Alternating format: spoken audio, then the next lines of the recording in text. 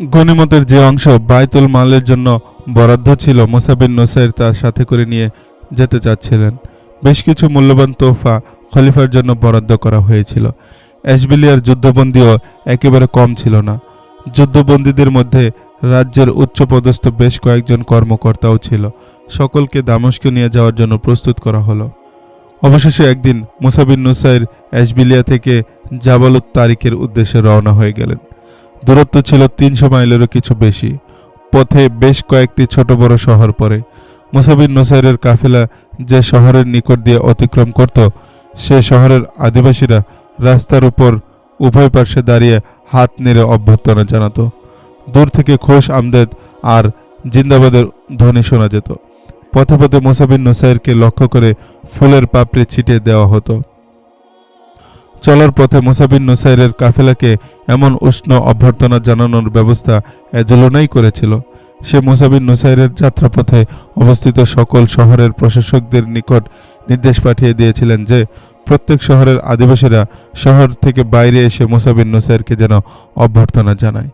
মুসা বিন নুসাইরের এই বিশাল জাঁকজমকপূর্ণ কাফেলার উদ্দেশ্য সম্পর্কে ইতিহাসবিদগণ লিখেছেন, মুসা বিন নুসাইর চাচ্ছিলেন খলিফা ওলিদ বিন আব্দুল মালিকের দরবারে আন্দালুসিয়ার শান শৌকত ও জাঁকজমকপূর্ণ চিত্র তুলে ধরতে। তিনি খলিফার দরবারে এই বিষয়টি তুলে ধরতে চাচ্ছিলেন যে তিনি শুধুমাত্র একটি রাজ্যই জয় করেননি, বরং সেখানকার নেতৃস্থানীয় ব্যক্তিবর্গের হৃদয় মনও জয় করেছেন। মুসা বিন নুসাইর আন্দালুসিয়ার যে সকল নেতৃস্থানীয় ব্যক্তিবর্গকে সাথে করে নিয়ে যাচ্ছিলেন, তাদের মধ্যে গোত সম্প্রদায়ের সম্মানিত ব্যক্তিবর্গ যেমন ছিলেন, খ্রিস্টান সম্প্রদায়ের সম্মানিত ব্যক্তিবর্গও ছিলেন। তিনি কয়েকজন ইহুদি সর্দারদেরকেও এই কাফেলায় অন্তর্ভুক্ত করেছিলেন। এই কাফেলায় প্রায় 30,000 যুদ্ধবন্দী ছিল। ঘোড়াগাড়িতে করে শত সহস্র দাসী বান্দি নিয়ে যাওয়া হচ্ছিল। এদের সকলেই ছিল আন্দালুসিয়ার আদিবাসী। তারা মুসলমানদের সাথে দামেস্ক যাওয়ার ইচ্ছা পোষণ করেছিল। নেতৃস্থানীয় ব্যক্তিবর্গ ও আমির ওমরাদের স্ত্রী কন্যারা তাদের স্বামীদের সাথে দামেস্ক যাওয়ার ইচ্ছা পোষণ করলে তাদেরকেও সাথে নেওয়া হলো। ইতিহাসবিদগণ তাদের সকলের রূপ সৌন্দর্যের ভূয়সী প্রশংসা করেছেন। মালে গনিমতের পরিমাণ এত বেশি ছিল যে কয়েক হাজার খচ্চরের উপর সেগুলো বোঝাই করা হচ্ছিল। সেগুলোর মধ্যে তলোয়ার, বর্ষা, তীর ধনুক সহ ছোট বড় সব রকম যুদ্ধ সামগ্রী ছিল। মোট কথা মুসা বিন নুসাইরের কাফেলার শান শৌকত আর জাঁকজমক যে কোনো রাজা বাদশার জন্য ঈর্ষার কারণ হয়ে দাঁড়িয়েছিল। স্বয়ং মুসা বিন নুসাইরও এই জাঁকজমক দেখে প্রভাবিত হয়ে পড়েছিলেন।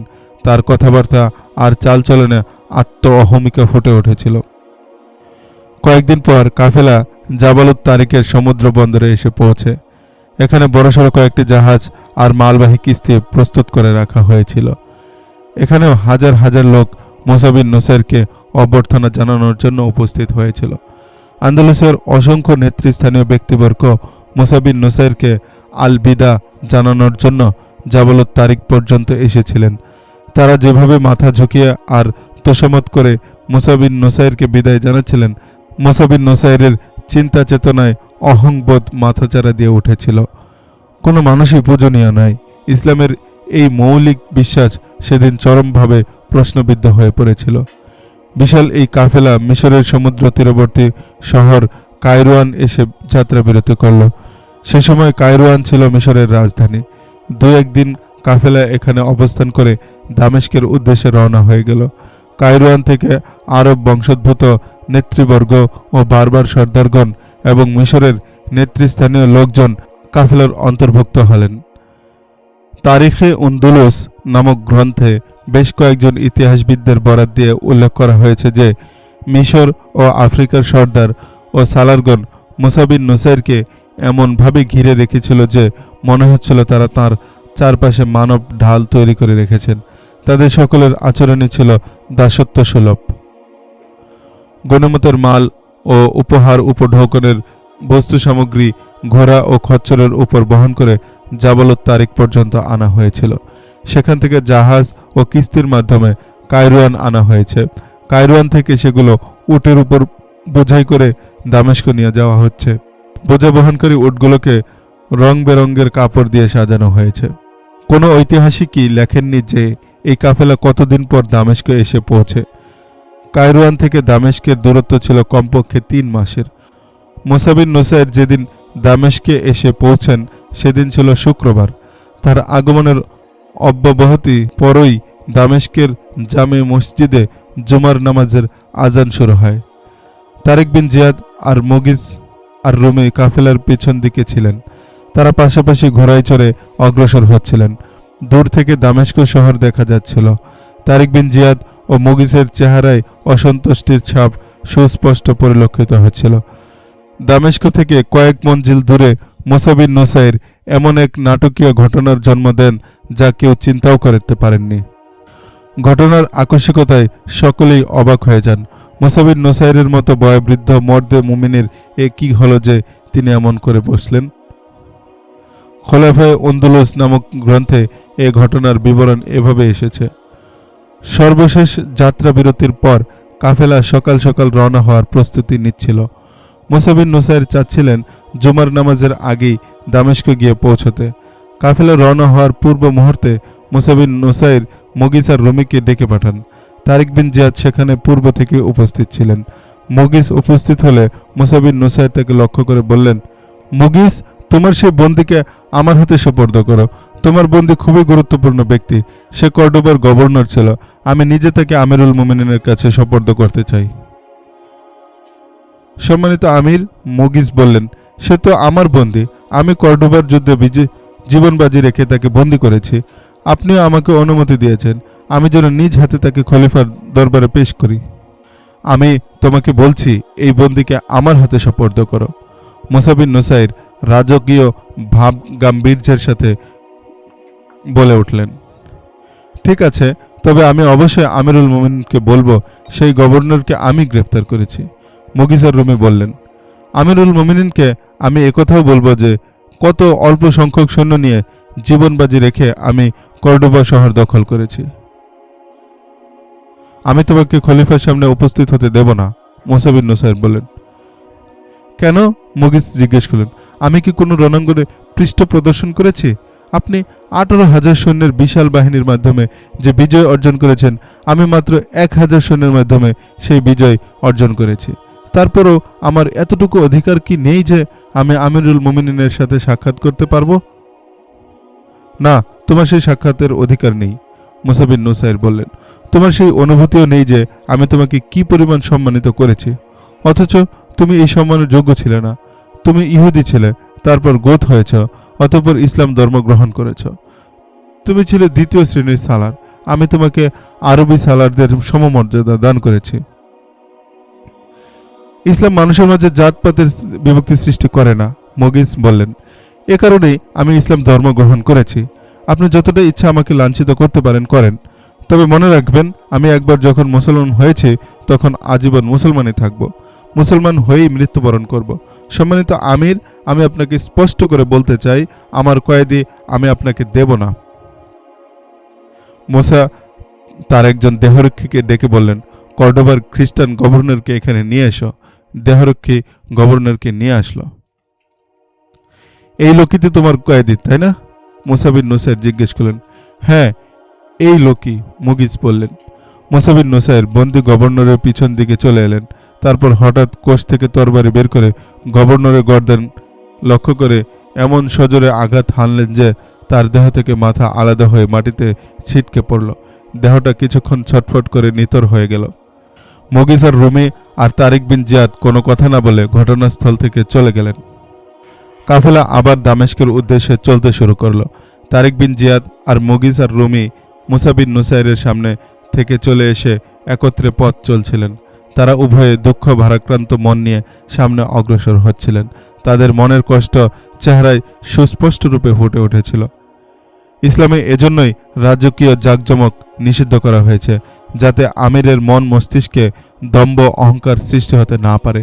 তারিক বিন জিয়াদ বললেন, লক্ষ্য করে দেখো, এত বয়োবৃদ্ধ, এত বুদ্ধিমান একজন মানুষের দিল দেমাগে বাদশাহীর জাঁকজমক কি প্রভাব সৃষ্টি করেছে। আরেকটি বিষয় আমার সন্দেহ হচ্ছে, মুগিজ বলল। আব্দুল আজিজের খ্রিস্টান স্ত্রী বৃদ্ধের দেমাগ বিগড়ে দেওয়ার জন্যই এমন রাজকীয় অভ্যর্থনার ব্যবস্থা করেছিল। মুসা বিন নুসাইর স্বীয় পুত্র আব্দুল আজিজকে আন্দালুসিয়ার আমির নিযুক্ত করেছিলেন। কায়রোয়ান এসে তিনি তার দ্বিতীয় পুত্র আবদুল্লাহকে আফ্রিকার পূর্ব দিকের প্রশাসক নিযুক্ত করেন। পশ্চিম দিকের দায়িত্ব তৃতীয় ছেলে আব্দুল মালিকের হাতে ন্যস্ত করেন। বাদবাকি এলাকার দায়িত্ব অর্পণ করেন সবচেয়ে ছোট ছেলে মারওয়ানের উপর।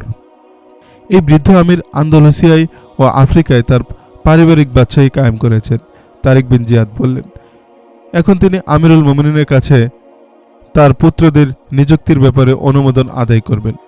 কোনো একজন বারবারকে যদি তিনি এক অঞ্চলের প্রশাসক নিযুক্ত করতেন তাহলে আমাদের মন খুশি হয়ে যেত। আপনার সেই টেবিলটিও তিনি হাতিয়ে নিয়েছেন, মুগিজ বললেন। দেখবেন তিনি আমিরুল মুমিনিনকে বলবেন, এটি হযরত সুলাইমান আলাইহিস সালামের টেবিল, অত্যন্ত কষ্ট করে তিনি অর্জন করেছেন। তিনি সত্যিই যদি এমনটি করেন তাহলে তাকে সকলের সামনে শারমিন্দা হতে হবে। তারিক বিন জিয়াদ বললেন, আমি এজন্য সব ধরনের ব্যবস্থা করে রেখেছি। তারিক বিন জিয়াদ ও মুগিজার রুমি যদিও মুসা বিন নুসাইরের শত্রু হয়ে যাননি, তথাপি তিনি তাদেরকে বন্ধুত্বের বন্ধনে আবদ্ধ রাখতেও সক্ষম হননি।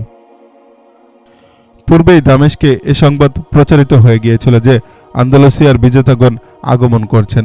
তাদের সাথে আসছে অসংখ্য যুদ্ধবন্দী, যুদ্ধলব্ধ দাস দাসী আর বিপুল পরিমাণ গনিমতের মাল। কাফেলা পৌঁছার সংবাদ শোনা মাত্রই দামেশকের ছোট বড় সকলেই মুসলিম বাহিনীকে অভ্যর্থনা জানানোর জন্য শহর থেকে বের হয়ে এলো। তারা স্লোগানে স্লোগানে মুসলিম বাহিনীকে সাদর সম্ভাষণ জানাতে লাগল। কাফেলা শহরে প্রবেশ করতেই পুরবাসিনী নারীগণ দরজা জানালা খোলে এবং বাড়ির ছাদে উঠে হাত নেড়ে খোশ আমদেদ জানাতে লাগলেন। মুসা বিন নুসাইরের কাফেলা বিশাল বিস্তৃত এক ময়দানে এসে অবস্থান গ্রহণ করল। উটগুলোকে বসিয়ে সামানপত্র নামানো হচ্ছিল। এমন সময় একজন অশ্বারোহী ঘোড়া থেকে নেমে মুসা বিন নুসাইরের সামনে এসে দাঁড়ালো। আগন্তুক মুসা বিন নুসাইরকে আড়ালে ডেকে নিয়ে একটি পয়গাম শোনালো।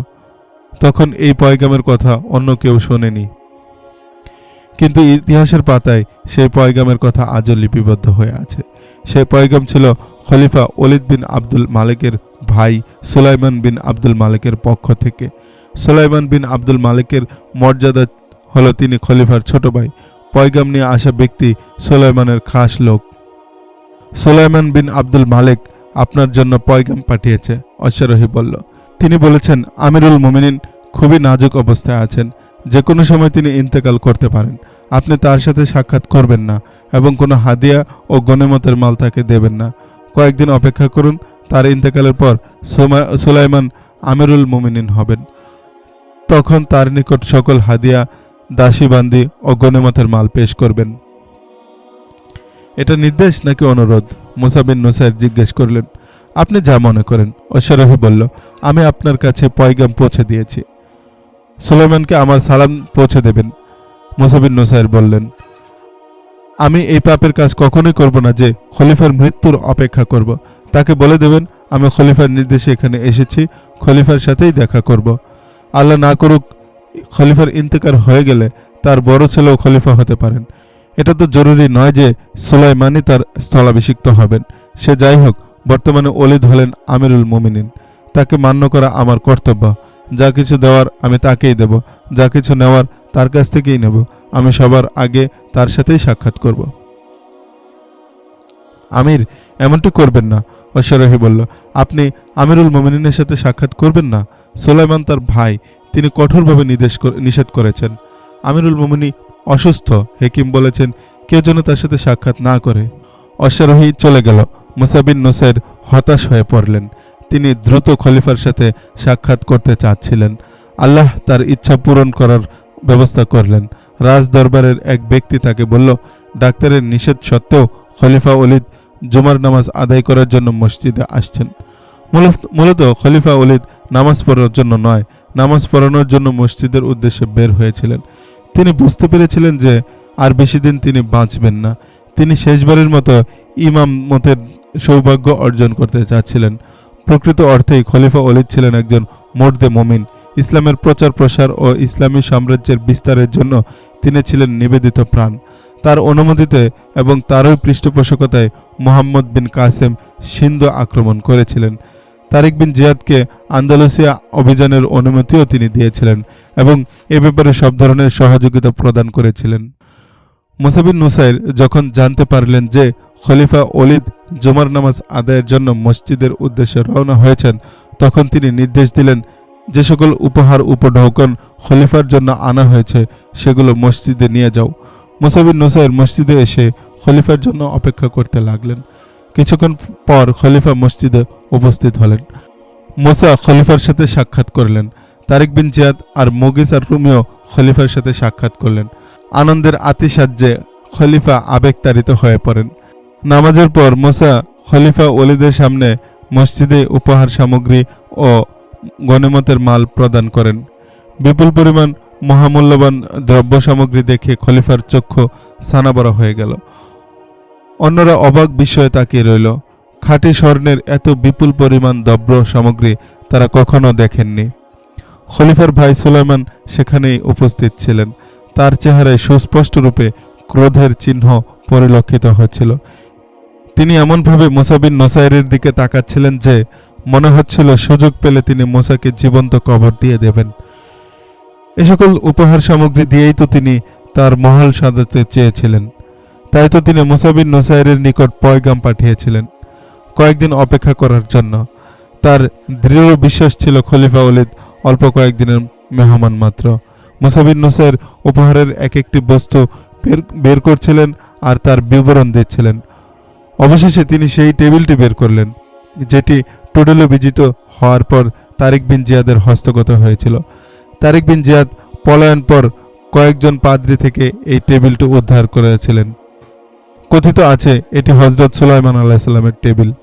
আমিরুল মুমিনিন মুসা বিন নুসাইর বলেন, আমি এই টেবিলটি টোডেলোর পাদ্রীদের থেকে অনেক কষ্ট করে অর্জন করেছি। বিশেষ করে আপনার জন্য এটি আমি নিয়ে এসেছি। এই টেবিলের সাথে যে সকল মণিমুক্তা আর হীরা জহরত লাগানো আছে আজকাল সেগুলো কোথাও পাওয়া যায় না।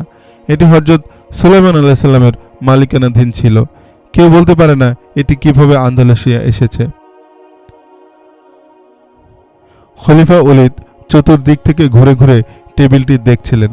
তার চেহারায় আনন্দের ছাপ যতটুকু পরিলক্ষিত হচ্ছিল তার চেয়ে বেশি বিস্ময়ের চিহ্ন ফুটে উঠেছিল। হযরত সুলাইমান আলাইহিস সালামের সাথে সম্পৃক্ত হওয়ার কারণে খলিফা ওলীদ এটিকে পবিত্র মনে করছিলেন। ইবনে নুসাইর খলিফা ওলীদ বিস্ময়ভীত কণ্ঠে বলে উঠলেন, আমার জন্য তুমি যে হাদিয়া এনেছো কেউ তার মূল্য পরিশোধ করতে পারবে না। এই টেবিলের কথা কি আর বলবো, তুমি নিজেই বলো তোমাকে কি পুরস্কার দেব। আমিরুল মুমিনিন তারিক বিন জিয়াদ বলে উঠলেন। তিনি পাশে দাঁড়িয়ে মুসা বিন নুসাইরের কথা শুনছিলেন, তার মনে মনে দগ্ধ হচ্ছিলেন। আমিরুল মুমিনিন তারিক বিন জিয়াদ বলে উঠলেন। তিনি পাশে দাঁড়িয়ে মুসা বিন নুসাইরের কথা শুনছিলেন আর মনে মনে দগ্ধ হচ্ছিলেন। এই পুরস্কারের হকদার আমি। এই টেবিল আমির মুসা অর্জন করেননি, বরং আমার মুজাহিদগণের কৃতিত্ব এই যে তারা এই টেবিল হস্তগত করতে সক্ষম হয়েছেন। আমির মুসা এই টেবিল আমার কাছ থেকে হুকুম বলে নিয়ে নিয়েছেন। খলিফা ওলীদের চেহারার রং তৎক্ষণাৎ পাল্টে গেল। ধীরে ধীরে সেখানে গোস্বা চিহ্ন ফুটে উঠল। খলিফা ওলীদ তারিক বিন জিয়াদের উপর রাগান্বিত হয়ে পড়েন। তিনি মনে করেছেন তারিক তার আমিরের উপর মিথ্যা কথা বলার অপবাদ আরোপ করেছেন। মুসা বিন নুসাইরের মতো প্রবীণ আমিরের উপর ধোঁকাবাজির অভিযোগ কেউ মেনে নিতে প্রস্তুত ছিলেন না। ইবনে জিয়াদ খলিফা গম্ভীর কণ্ঠে বলে উঠলেন, তোমার কি এই অনুভূতি নেই যে তুমি কত বড় ব্যক্তির উপর কতটা নিকৃষ্ট অপবাদ আরোপ করেছ? তোমার কি জানা নেই এই দুঃসাহসের শাস্তি কত ভয়ানক হতে পারে? তুমি কি এটা প্রমাণ করতে পারবে যে এই টেবিলের আমির মুসার প্রচেষ্টায় নয়, বরং তোমার প্রচেষ্টায় আমাদের হস্তগত হয়েছে? হ্যাঁ আমিরুল মুমিনিন, তারিক বিন জিয়াদ বললেন, একটি নয় আমি কয়েকটি প্রমাণ পেশ করতে পারবো। আমি সেই সিপা সালারদেরকে আপনার সামনে উপস্থিত করতে পারবো যারা এই টেবিল একটি ঘোড়াগাড়ি থেকে উদ্ধার করেছিল। আমি আন্দালুসিয়া থেকে সে সকল পাদ্রীদের ডেকে এনে আপনার সামনে উপস্থিত করতে পারবো যারা এই টেবিল নিয়ে টোডেলো থেকে পালিয়ে যাচ্ছিল। আমি তোমাকে এতটা সময় দিতে পারবো না। খলিফা ওলীদ বললেন, আমার জীবনের কোনো ভরসা নেই, কদিন বাঁচব কে জানে। এ সকল লোকদের আসতে না জানে কত সময় লাগতে পারে। তোমার কৃতিত্ব আর বিজয় সাফল্যের কারণে আমি তোমাকে এই সুযোগ দিচ্ছি যে তুমি তোমার আমিরের নিকট ক্ষমা প্রার্থনা করবে, তারপর তোমার দেশে ফিরে যাবে। আমি তোমাকে এতটা সময় দিতে পারবো না। খলিফা ওলীদ বললেন, আমার জীবনের কোনো ভরসা নেই, কদিন বাঁচব কে জানে। এ সকল লোকদের সামনে আসতে অনেক দিন সময় লাগবে। তোমার কৃতিত্ব আর বিজয় সাফল্যের কারণে আমি তোমাকে এই সুযোগ দিচ্ছি যে তুমি তোমার আমিরের নিকট ক্ষমা প্রার্থনা করবে, তারপর তোমার দেশে ফিরে যাবে। যদি এটা করতে না পারো তাহলে এই অনর্থক অপরাধের শাস্তি ভোগ করার জন্য প্রস্তুত হয়ে যাও। আমি এখানেই একটি প্রমাণ পেশ করতে পারি, আমিরুল মুমিনিন তারিক বিন জিয়াদ বললেন। এই টেবিলের পায়া 4টি লক্ষ্য করুন। 3টি পায়ে একরকম আর চতুর্থটি স্বর্ণ দ্বারা তৈরি, একেবারে সাদামাটা।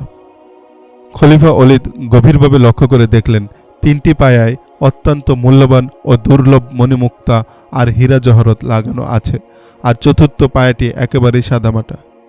এই টেবিলের চতুর্থ ও আসল পায়া আমার কাছে আছে, তারিক বিন জিয়াদ বললেন। আমির মুসা যখন টুডেলো আসেন তখন তিনি সর্বপ্রথম আমাকে আমার লস্করের সামনে চাবুক দিয়ে আঘাত করেন, তারপর আমাকে জেলখানায় নিক্ষেপ করেন। আমির মুসার এ সকল আচরণ দেখে আমার মনে তার নিয়ত সম্পর্কে সন্দেহ সৃষ্টি হয়। অতঃপর আমি যখন তার সাথে এই টেবিল সম্পর্কে আলোচনা করি তখন তিনি আমাকে নির্দেশ দেন আমি যেন এই টেবিল তার হাতে সুপর্দ করি। টেবিল আনার জন্য তিনি আমাকে মুক্ত করলে আমি সন্দেহের বশবর্তী হয়ে টেবিলের একটি পায়া খুলে রাখি। তারপর আমির মুসাকে বলি, এটি অত্যন্ত রহস্যময় টেবিল। এটি যখন আমাদের হস্তগত হয় তখন এ পায়া 4টিই ছিল, এখন একটি পায়া অদৃশ্য হয়ে গেছে। সেদিন আমার মনে যে সন্দেহ সৃষ্টি হয়েছিল আজ আপনার সামনে তা বাস্তব রূপ লাভ করেছে। আমির মুসা টুডেলোতে এর চতুর্থ পায়া স্বর্ণ দিয়ে তৈরি করিয়েছিলেন। আপনি অনুমতি দিলে এই টেবিলের আসল পায়াটি এখনই আমি আপনার সামনে পেশ করতে পারি। খলিফা ওলীদের অনুমতি নিয়ে তারিক বিন জিয়াদ বের হয়ে এসে অল্পক্ষণের মধ্যেই আবার ফিরে এলেন। তার হাতে টেবিলের আসল পায়াটি দেখা যাচ্ছিল। তিনি মুসা বিন নুসাইরের তৈরিকৃত পায়াটি খুলে আসল পায়া টেবিলের সাথে জোরে লাগিয়ে দিলেন। আমিরুল মুমিনিন মুগিসার রুমি বলে উঠলেন, তিনি এখানেই ছিলেন। আমি আমির মুসা সম্পর্কে আরও কিছু বলতে চাই। আমিরুল মুমিনিন মুগিসার রুমি বলে উঠলেন, তিনি এখানেই ছিলেন। আমি আমির মুসা সম্পর্কে আরও কিছু কথা বলতে চাই। এ কথা বলার জন্য আপনার অনুমতি নেওয়ার কোনো প্রয়োজন নেই। ইসলাম এই অনুমতি দিয়ে রেখেছে। স্বয়ং খলিফাও যদি কোনো অন্যায় করেন তাহলে রাজ্যের একজন সাধারণ মানুষও তার কাছে জবাবদিহি করতে পারে। বলো মুগিস, তুমি যা বলতে চাও বলো, খলিফা ওলীদ বললেন। আমিরুল মুমিনিন মুগিস বললেন, আমি মাত্র 700 সৈন্য নিয়ে প্রচণ্ড ঝঞ্ঝা বিক্ষুব্ধ অন্ধকার রাতে কর্ডোবা শহর দখল করেছিলাম। আশপাশের আরও 2টি কসবা আমি দখল অল্প সময়ের মধ্যে করতে পেরেছি। সে বিজয়ের কথা আমি আপনার নিকট পরে কখনো বর্ণনা করব। এই বিজয়ের পুরস্কার আমি আল্লাহর কাছ থেকে নেব। আল্লাহর সন্তুষ্টি অর্জনের জন্য আমি জিহাদ করেছি। কিন্তু আমির মুসা আমাকে বলেছেন, তুমি প্রথমে ইহুদি ছিলে, তারপর গোত সম্প্রদায়ের লোক হয়েছ, অতঃপর ইসলাম গ্রহণ করেছ। এজন্য তুমি আরব সালারদের সমান হতে পারো না। আমি আপনার সামনে পেশ করার জন্য কর্ডোবার গভর্নরকে আমার ব্যক্তিগত বন্দী হিসেবে নিয়ে এসেছিলাম, কিন্তু দামেস্কে প্রবেশ করার আগ মুহূর্তে যেখানে আমরা যাত্রা বিরতি করেছিলাম সেখানে আমির মুসা আমাকে হুকুম দেন আমি যেন গভর্নরকে তার হাতে সোপর্দ করি এবং একথা প্রচার করি, গভর্নর আমার বন্দী নয়, আমির মুসার বন্দী। আমি একথা মানতে অস্বীকার করলে আমির মুসা নিজ হাতে গভর্নরকে হত্যা করে ফেলেন। আল্লাহর কসম, হঠাৎ খলিফার ছোট ভাই সুলাইমান চিৎকার করে বলে ওঠেন, আমির মুসার এই অপরাধ আমি কিছুতেই ক্ষমার যোগ্য মনে করি না। সে তারিকের টেবিল আর মুগিসের বন্দীকে নিজের বলে দাবি করে একথা প্রমাণ করে দিয়েছে যে সে আন্দালুসিয়ায় যে বিজয় অর্জন করেছে তা মহান আল্লাহর সন্তুষ্টির জন্য করেনি, খলিফার সন্তুষ্টি অর্জন করার জন্য করেছে। তার এই অপরাধে কি ছোট করে দেখার কোনো সুযোগ আছে যে তিনি তার ছেলেকে আন্দালুসিয়ার আমির নিযুক্ত করেছেন? মুগিস বললেন, তিনি আফ্রিকাকে 3 ভাগে বিভক্ত করে সেখানকার শাসনভার তার অপর 3 ছেলের হাতে তুলে দিয়েছেন। আন্দালুসিয়া আর আফ্রিকার কোনো বারবার সালারের কি কোনো অধিকার ছিল না? আন্দালুসিয়ার বাদশাহ আর তার ভয়ঙ্কর সমর শক্তিকে বারবার সিপাহীরাই পরাস্ত করেছিল। তারাই আমির মুসার বিজয়ের পথ সুগম করে দিয়েছিল। আর কিছু শোনার মতো ক্ষমতা আমার নেই, খলিফা ওলীদ বললেন। একদিকে তোমাদের এই বিজয় গাথা যা ইতিহাসে চিরস্মরণীয় হয়ে থাকবে, অনাগত প্রজন্ম তোমাদেরকে নিয়ে গর্ববোধ করবে, তোমাদের সমাধিতে ফুলের সওগাত পেশ করবে। অপরদিকে তোমাদের এই নিচু মন মানসিকতা আর নিষ্ঠার দৈন্যতা তোমাদেরকে ইতিহাসের কাঠগড়ায় দাঁড় করাবে। তোমরা একজন আরেকজনকে হেয় করার চেষ্টায় লিপ্ত রয়েছ। আমার ভাবতেও অবাক লাগছে মুসা বিন নুসাইরের মতো প্রবীণ, বিদগ্ধ আর বুদ্ধিমান আমির যদি এতটা নিচু মানসিকতা প্রদর্শন করেন, তাহলে উম্মতে মুহাম্মদের ভবিষ্যৎ কী হবে? খলিফা ওলীদ উঁচু মানসিকতা সম্পন্ন ব্যক্তি ছিলেন। তিনি আল্লাহকে ভয় করতেন এবং সকল কাজ আল্লাহর রেজামন্দি অনুযায়ী করতে চেষ্টা করতেন। জীবনের পরন্ত বেলায় এসে তিনি অত্যন্ত অসুস্থ হয়ে পড়েছিলেন। হেকিম তাকে বিছানা থেকে উঠতে নিষেধ করেছিলেন। শরীরের এই নাজুক অবস্থা আর হেকিমদের নিষেধাজ্ঞা সত্ত্বেও আন্দালুসিয়ার বিজেতাদের আগমনের সংবাদ শুনে তিনি শুধু বিছানা ছেড়েই ওঠেননি, বরং জুমা নামাজ পড়ানোর ইচ্ছা পোষণ করেন। তিনি হাসি মুখেই জুমার নামাজ আদায় করেন। কিন্তু মুসা বিন নুসাইরের প্রশ্নবিদ্ধ আচরণ আর তারিক বিন জিয়াদ ও মুগিজার রুমের তিক্ত কথার কারণে এতটাই ব্যথিত হন যে কথা বলতে বলতে তিনি একেবারে মুষড়ে পড়েন। অবশেষে তিনি শুধু এতটুকুই বলতে পারেন, এদের সকলকে 50,000 করে দেরহাম পুরস্কার হিসেবে প্রদান করা হোক। আমি কাউকে খালি হাতে ফিরিয়ে দেব না। এখন সকলকে যেতে বলো। মুহূর্তের মধ্যে খলিফার রোগের প্রকোপ বেড়ে গেল। সাথে সাথে তাকে বিছানায় শুইয়ে দিয়ে হেকিম ডেকে পাঠানো হলো। হেকিম এসে নারী পরীক্ষা করে বললেন, তোমরা সকলে মিলে আমিরুল মুমিনিনকে হত্যা করে ফেলেছ। সকল নির্ভরযোগ্য ইতিহাস গ্রন্থে এই ঘটনা সবিস্তারে লিপিবদ্ধ আছে। তারা লিখেছেন, খলিফা ওলীদ হজরত সুলাইমান আলাইসাল্লামের টেবিল মক্কা মুকাররমা পাঠিয়ে দেন। দুইজন ঐতিহাসিক লিখেছেন, মক্কা মুকাররমা পাঠানোর আগে টেবিলের সাথে লাগানো সকল হীরা জহরত খুলে নেওয়া হয়। তারপর এই টেবিল ইতিহাসের অন্ধকার গহ্বরে হারিয়ে যায়।